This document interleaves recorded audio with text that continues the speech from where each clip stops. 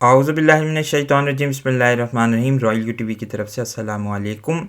अभी अभी ख़बर मिली है कि चाइना जुमेरात वाले दिन एक बिल पास करने वाला है हांगकांग के हवाले से, सिक्योरिटी लॉ। ये जैसे कि आप देख भी रहे हैं स्क्रीन पर कि जो मुकन्नना है वो अब वहाँ पर चाइना में जो उनकी कौमी असम्बली है वो एक बिल पास करेगी जुमेरात वाले दिन, जिसको नेशनल सिक्योरिटी लॉ कहा जा रहा है। ये इस वक्त जो हांगकांग में जितनी भी शख्सी आज़ादियाँ हैं, तहरीर व तकरीर की आज़ादियाँ हैं, उसको ख़त्म कर दिया जाएगा। और यही बात अब ये कही जा रही है कि जिसकी वजह से सदर ट्रंप ने इतराफ़ किया है कि हांगकांग को ऑफिशियली अब ये तस्लीम किया जाएगा कि वो चाइना का हिस्सा है, क्योंकि इससे पहले अभी तक ये होता रहा है कि खुसूसी दर्जा, एक स्पेशल स्टेटस हासिल रहा है हांगकांग को, जिसकी वजह से ये होता था कि चाइना पर जो आयद पाबंदियाँ थीं, जो ट्रेड सैंक्शंस थीं, उसको चाइना को उससे निजात मिल जाती थी और चाइना उससे बच जाता था। तो बहुत सारा सामान जो वो दरामद करता था उस पर उसको कोई टैरिफ यानी महसूल नहीं भरना पड़ता था। इधर माइक पोम्पियो ने भी एतराफ़ किया है कि अब कोई भी जो उसकी खुद मुख्तारी थी हांगकांग की वो ख़त्म हो गई है, अब उसका चाइना का हिस्सा ही तस्लीम करा जाएगा। और यही वजह होगी कि उस पर से जो उसका खुसूसी दर्जा था वो ख़त्म कर दिया जाएगा। ये बात उन्होंने कांग्रेस को लिखे हुए अपने एक ख़त में बताई है कि, और साथ ही साथ प्रेस रिलीज़ भी किया गया है कि बताया गया है कि ये चीज़ अब ख़त्म हो रही है। इस प्रेस रिलीज़ को हम आगे करके बढ़ाकर आपके सामने पेश करते हैं ताकि आप स्क्रीन पर देख सकें इसको कि इसमें क्या बात कही गई है। लेकिन साथ ही साथ उन्होंने ये एतराफ़ भी किया है कि हम पूरी तरीके से नाकाम हो चुके हैं हांगकांग के मामले में। हांगकांग के मामले में अमेरिका की रवैया ये था कि शायद जो मगरबी जमहूरियत का मॉडल है उसको चाइना में इंट्रोड्यूस कर दिया जाएगा, जिससे चाइना में जमहूरियत की राह भी मगरबी जमहूरियत की राह हमवार हो जाएगी। चाइना का अपना ये जमहूरियत का एक तस्वुर है। चाइना में एक अलग तरह की जमहूरियत कायम है, शुराइयत का निज़ाम है, जो बेहतरीन निज़ाम, मिसाली तर्ज़ हुकूमत मेरी राय में है इस वक्त दुनिया में सबसे अच्छा तर्ज़ हुकूमत जो किसी मुल्क में कायम है वो चाइना ही है। खैर, बहरहाल ये एक बात है जिसको हम आप लोग अभी देख रहे हैं, बहुत सिग्निफिकेंट डेवलपमेंट है। इधर अमरीकी ओहदेदार ये बात कह रहे हैं, उन्होंने रिपीट की है, हम आपको दिखाते भी हैं, कोशिश करते हैं कि उसको दिखाने की कोशिश करें। जॉन नूहान नाम के इनके एक ट्विटर पर इन्होंने ये कहा है कि ये मिलिट्री एडवाइज़र भी हैं सेनेटर्स के। इन्होंने ये बात कही है कि अपनी हैवी प्रेजेंस को बढ़ाना होगा अब अमेरिका को पैसिफिक में। इन्होंने कहा है, time has come to flood Taiwan with asymmetric defensive weapons and US navy on port calls there incorporate Taiwan into US military exercises. यानी ताइवान की बारी है, इनको डर ये है कि ये अब चाइना इस ताइवान पर भी कब्ज़ा करने वाला है थोड़े दिनों में। तो ये सूरत हाल बड़ी दिलचस्प होगी। उसके बाद जैसा कि हमने पहले भी अपनी वीडियोस में ये बात कही है कि सूरत हाल दिलचस्प होगी और कुछ नहीं कहा जा सकता कि हालात किस तरफ जाएंगे। Coming back to our most hot topic these days, Aksai Chin के हवाले से हमने बात कही थी। अक्साई चीन एक ऐसा इलाका है जिस पर बॉर्डर डिस्प्यूट है, ज़बरदस्त बॉर्डर डिस्प्यूट है बिटवीन इंडिया एंड चाइना। ये आप लेक को देख सकते हैं, पनोंग त्सो, यहाँ एक सबसे बड़ी लेक पाई जाती है। शायद इसको एक फ़िल्म में भी दिखाया गया है, लेकिन कहने का मकसद ये है कि यहाँ पर चाइनीज़ कब्ज़ा है। अगर हम अक्साई चीन के मुतालिक बात करें, तारीख़ी तौर पर बात करें, तो ये बात हमें पता चलेगी कि इस इलाके को जो है वो, हम इसको टाइप कर लेते हैं और देखते हैं, क्योंकि हमने इसकी शायद एक और निकाली भी थी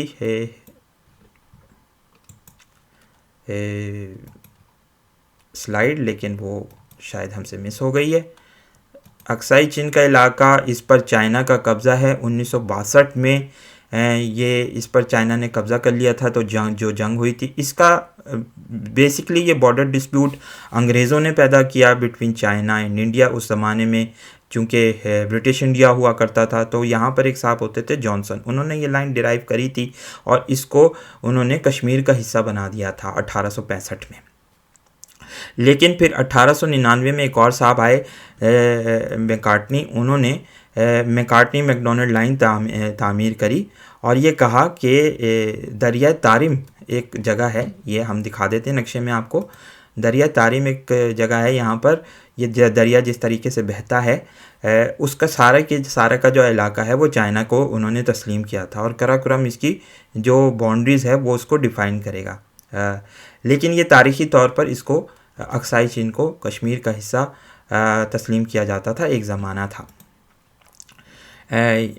इसको हम नक्शे में फिर देख सकते हैं, आपको हम एक और नक्शा में भी दिखा रहे हैं कि यह कराकोरम जो बाउंड्रीज़ थी इसको ये डिफ़ाइन किया गया था कि ये कराकोरम बाउंड्रीज़ इसके ये यहाँ कराकोरम बाउंड्री है, इस एरिया में ये कराकोरम है।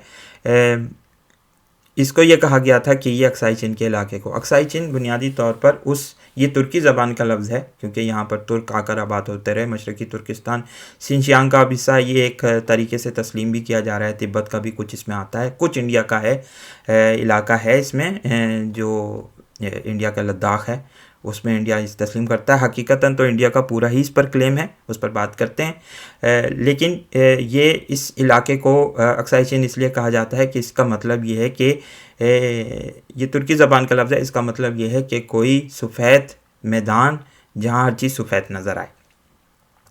यहाँ पर इंडिया एक रोड तामीर कर रहा है जिसको दरबुक श्योक रोड कहते हैं। ये काफ़ी डेवलपमेंट की है इंडिया ने। अब दोबारा वापस जाते हैं, इसको स्लाइड को निकालते हैं।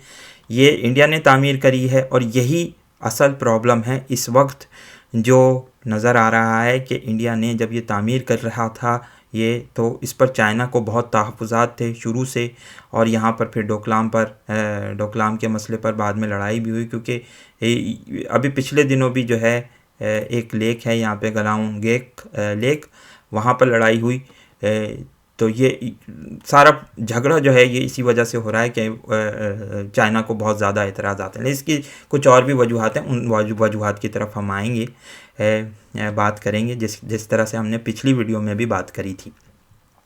तो ये आप देख सकते हैं नक्शे में, ये जो जितनी भी रेड मार्किंग की गई है यहाँ पर इंडिया ने ये अपनी रोड ये तामीर की गई है। ये पूरा हिस्सा जो है इन्होंने रोड के तौर पर इंडिया ने तामीर किया है इस इलाके में। दोबारा हम अक्साई चीन के मामले पर आएँ तो हम ये बात जानते हैं कि 1949 तक, जब 1947 में जब इंडिया पाकिस्तान की पार्टीशन हुई उस वक्त तक इंडिया का यहाँ पर कब्ज़ा था, ये इलाका इंडिया के इसमें आता था। और 59 तक ये था कि इंडिया को पता नहीं चल सका था कि दूसरी तरफ अक्साई चीन के दूसरी तरफ जो चाइना का हिस्सा था वहाँ चाइना एक अपनी रोड तामीर कर रहा था बहुत तेज़ी से और बहुत खामोशी से, लेकिन पता नहीं चला। लेकिन नेहरू साहब को जब पता चला तो 1959 में उन्होंने एक बड़ी फ़ौज यहाँ पर भेज दी थी, जिसकी वजह से 1962 में यहाँ पर इंडिया चाइना वॉर शुरू हुई। जैसा कि आप देख भी हम दिखा भी रहे हैं इसका पस मंज़र आपको।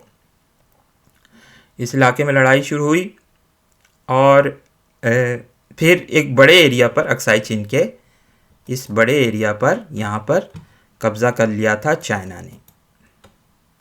तो अब बहुत बड़े रकबे पर कब्ज़ा चाइना का ही है, चाइना क्लेम करता है। मज़ीद भी लद्दाख के बहुत सारे एरिया पर कम करता है, हिमाचल प्रदेश के कुछ इलाकों पर भी। हिमाचल प्रदेश को अगर हम दिखा सकें आपको, हिमाचल प्रदेश के कुछ इलाकों पर भी चाइना ये क्लेम करता है कि ये उसका एरिया है। तो ये सिलसिला शुरू हुआ है। अब बात करेंगे हम आखिर में थोड़े से बात कर लें इस वीडियो के इंडियन क़यादत पर। हमने बात कही थी 3 बंदों के मुतालिक नाम लिए थे हमने। जयशंकर साहब का, हम अजीत डोल साहब का नाम भूल गए थे, ये अजीत डोल साहब हैं। अजीत डोल साहब और बिपिन रावत, ये 3 लोग हैं जो डोकलाम की टीम कहलाती है। ये काफ़ी हॉक समझे जाते हैं हमारे यहाँ।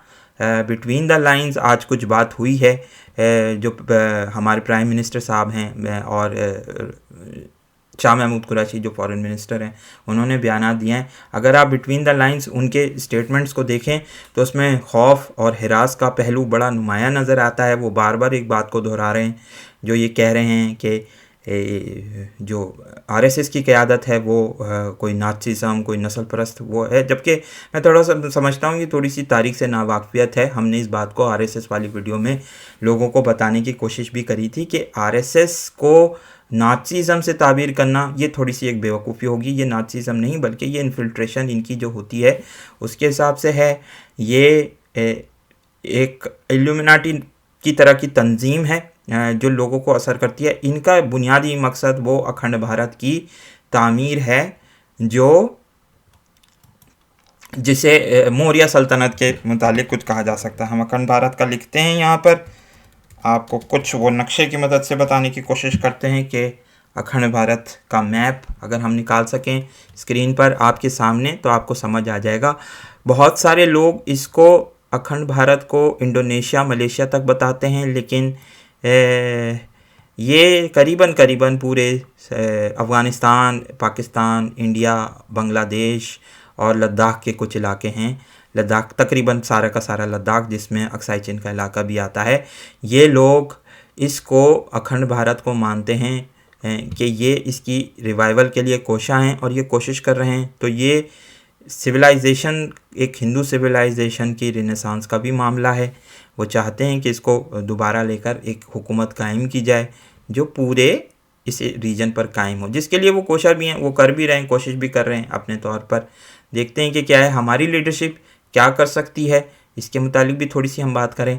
देखिए, जब इस इलाके में लड़ाई होगी तो कुदरती तौर पर अगर कोई लड़ाई होने जा रही है तो कुदरती तौर पर पाकिस्तान के पास एक गोल्डन चांस होगा कि वो स्कर्दू के रास्ते से, क्योंकि स्कर्दू का रास्ता आज भी स्कर्दू पाकिस्तान के इसमें है, ऊपर गिलगित बल्तिस्तान की तरफ से भी हमला किया जा सकता है।